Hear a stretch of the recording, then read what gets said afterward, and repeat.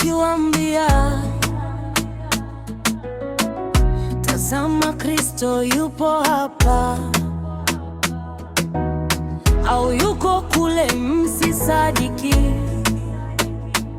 Kwa maana watatokea manabii wa uongo, nao watatoa ishara kubwa na maajabu, wapate kuwapoteza kama yamkini hata walio wateule.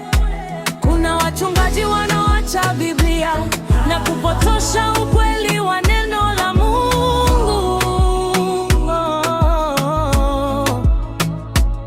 Wanatumia vitu vinavyoonekana kwa macho, wanahubiri zaidi utajiri wa dunia.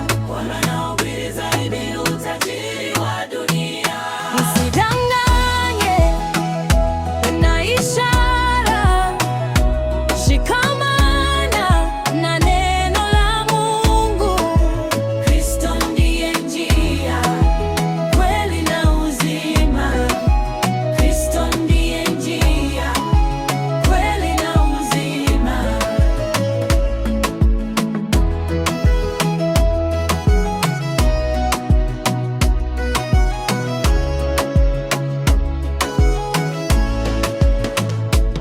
Wanahubiri miujiza ya kununua vitu ndani ya kanisa, badala ya kuwahubiria watu ufalme wa Mungu. Kwa njia hiyo, watu wengi wanapotoshwa na kuanza kufuata vitu vya dunia kuliko kumtafuta Kristo na ufalme wa mbinguni. Mimi nawalilia watu wanaopotea. Neno la Bwana limetupa onyo, tusiache neno la Bwana kwa ajili ya utajiri wa dunia. Tusiache neno la Bwana.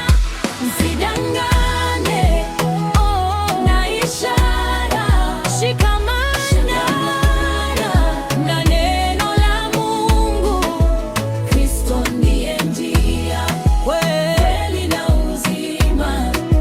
Kristo ndiye njia, kweli na uzima. Tusiache ufalme wa Mungu kwa ajili ya vitu vinavyopita. Tushikamane na